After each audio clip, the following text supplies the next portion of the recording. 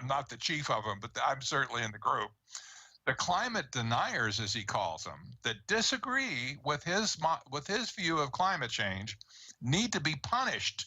He used that exact word, John. Yes, I was ugly to him. I referred to him as a blimp of pus, which is that terminology is beneath me normally, except when it comes to Albert Gore, whom I loathe on virtually every level. So anyway. Yeah, right.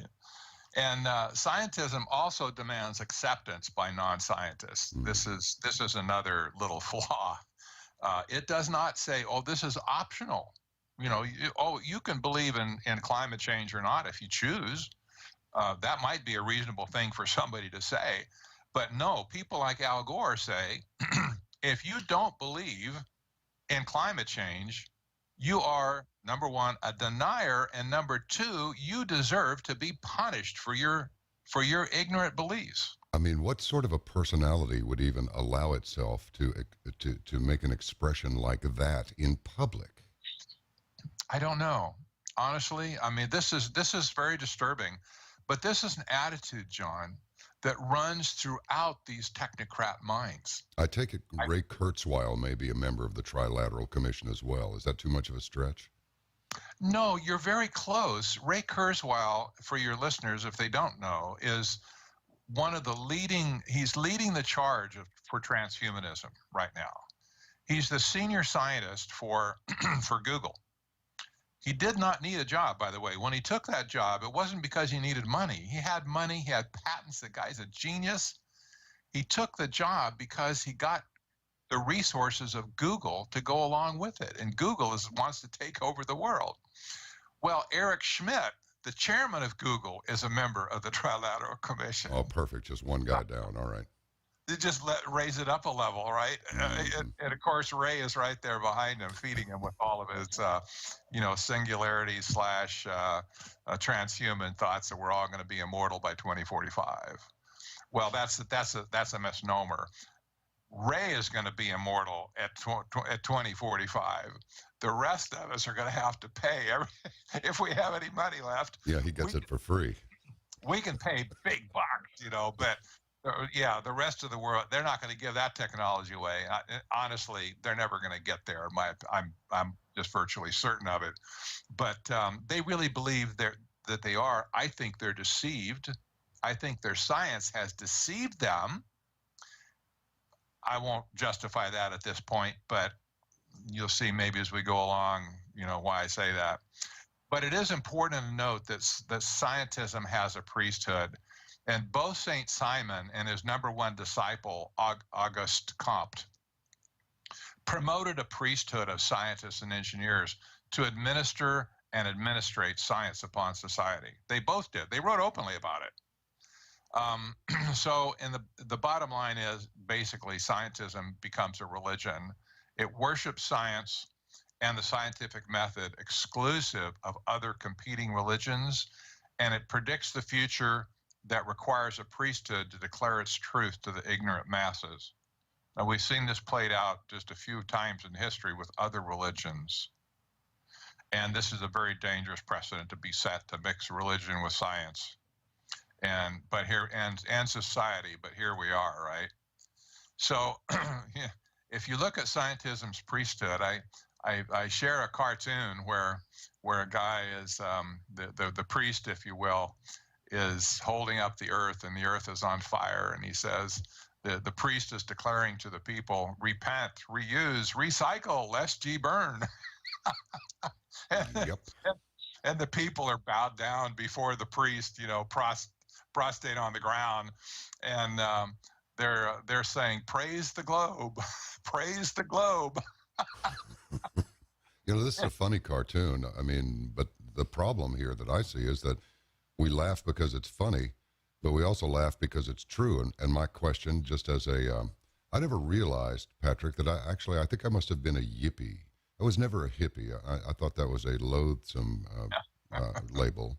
Yippie had a little bit more panache. Radical. My question is, why are these people bowing down? Why is there no yippie standing up, displaying one of his digits to this to this high priest of sustainability. I guess that would be it. I mean, why are people going along with this? Because they are going along with it. Yes, they are. Or we'll get to Part that of, later, I guess. yes, we will. And a great part of it is ignorance, of course. They don't see the scam that's being laid on them. You know, most people that get involved in some kind of a scam, you know, where somebody calls your house or they send you an email and you get suckered into it and you think, oh man, I got to help this guy or whatever. You know, people are ignorant, and that doesn't mean they're stupid necessarily. It's just that they're ignorant. And when a scam is being played on you personally, and one day somebody comes to you and says, hey, you know, what I see that going on, you know, somebody's trying to scam you in this. Once you become aware of it, you shut the email down and you hang up the phone. You know, it's like, I'm done with that. Now that I see that I'm being scammed, I'm done. I believe that as more people understand that they're being scammed by these people, that they will just stand up and say, hey, I'm done with this. You know, we're not playing this game anymore with you guys. So, but we'll see. I can't predict the future either. So, you know, but I have a little more faith in the American public or American citizenry that that they still have enough intelligence left you know, to think through some of these issues and reject it. And if we don't reject it, all I can say is God help us all. We're in big trouble. So let me get into technocracy a little bit and just define kind of what technocracy is. Webster's defines technocracy. You could look it up as government by technicians. Another subdefinition is management of society by technical experts. We see that definition of the word technocracy frequently enough, I suppose. Technocracy with a capital T from the 1930s is another topic altogether. And essentially what it is, technocracy with a capital T is a replacement economic system based on energy distribution and consumption run by engineers, scientists, and technicians. This was the definition from the 1930s. It is a replacement economic system. And my background is economics, by the way. I think you said that in the beginning. And so anytime somebody in a conversation in articles talks about economic systems, I'm interested. It just interests me. So when I caught wind that technocracy was a replacement economic system, my antennas went up, straight up in the air. Yeah. Like, whoa, Yeah, I can see how they would. What is this? So technocracy, according to a publication in 1938 called The Technocrat, this is what they wrote. This is not the only definition, but it summarizes it pretty well.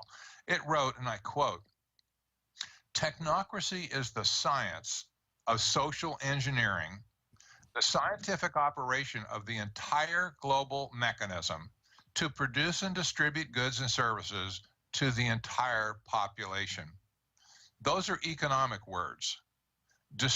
Produce and distribute goods and services to the population. Those are economics issues. Those are not political issues. Those are economic words. And so technocracy viewed itself as a replacement system for capitalism. And you can understand this a little bit back in the 1930s. The Great Depression was raging. There were soup lines stretching around blocks, you know, for people, hungry people trying to get something to put in their mouth. There was no employment to be had. People were broke. People were still jumping out of windows from the great crash. And capitalism appeared to be dead, John. It really did. Many people thought that it was dead. They blamed the politicians too. They thought these guys, you know, they've mismanaged, they screwed us so bad that capitalism has been killed. And whether it was intentional or not was immaterial, but capitalism was viewed as being dead.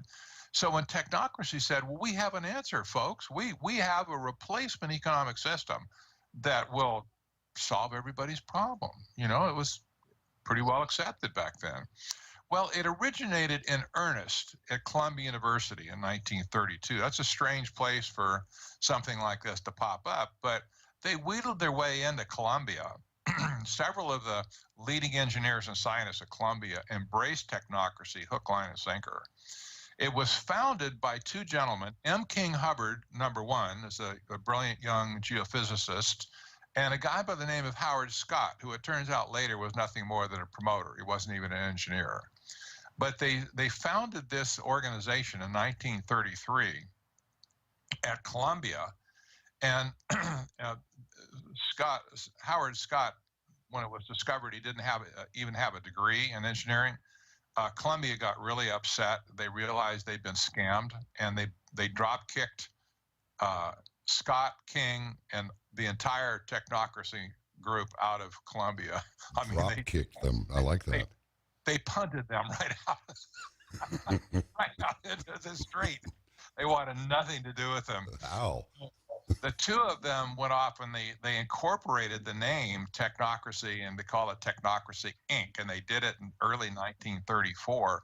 And then they proceeded to write what was called the Technocracy Study Course in 1934. That work is on the internet. It's scanned. Somebody scanned it. It's out there, and you can Google it or however you search, find it. Technocracy Study Course, and you can read it for yourself and see if I've lifted any of these quotes correctly. Some sharp person in the audience is going to think, I've heard that name M. King Hubbard before. Where have I heard his name?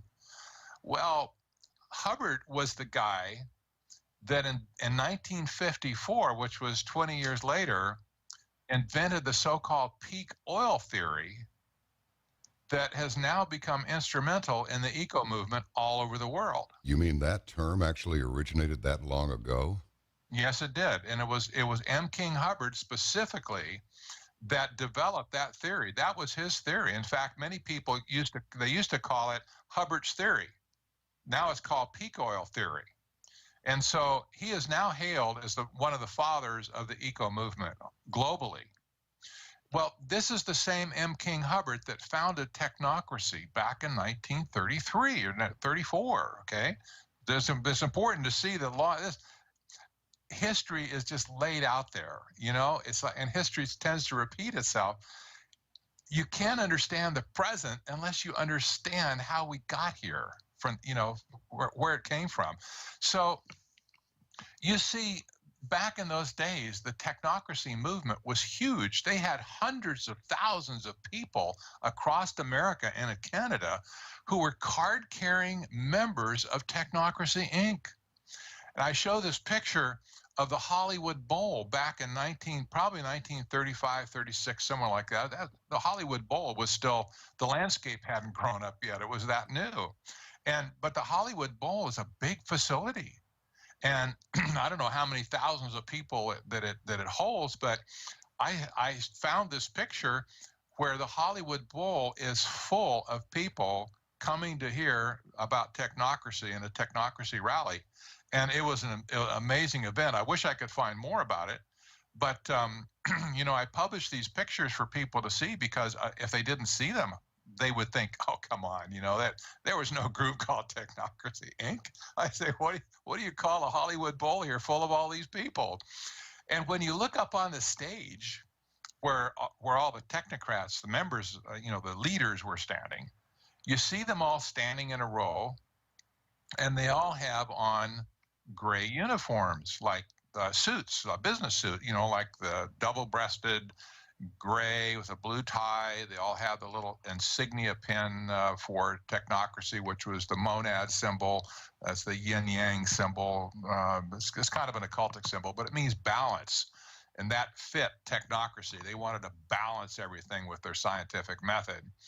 So they're all wearing these gray suits, and the women are wearing gray skirts and coats. And you think, that's strange. Why are they all dressed up kind of like uniforms? And have I ever seen something like that before? Well, the director of operations for Technocracy was a man by the name of William Knight, K-N-I-G-H-T. He worked for he was an aeronautical engineer, and he worked for a company, an aircraft company, that was tightly associated with an aircraft country in Nazi Germany. It was a subsidiary, actually. And he was very favorable to the Nazi cause in Germany, which was just rising up in 1933. And he suggested that Technocracy Inc. needed to have a paramilitary look. So he said, why don't we adopt a dress code and let's all dress the same way?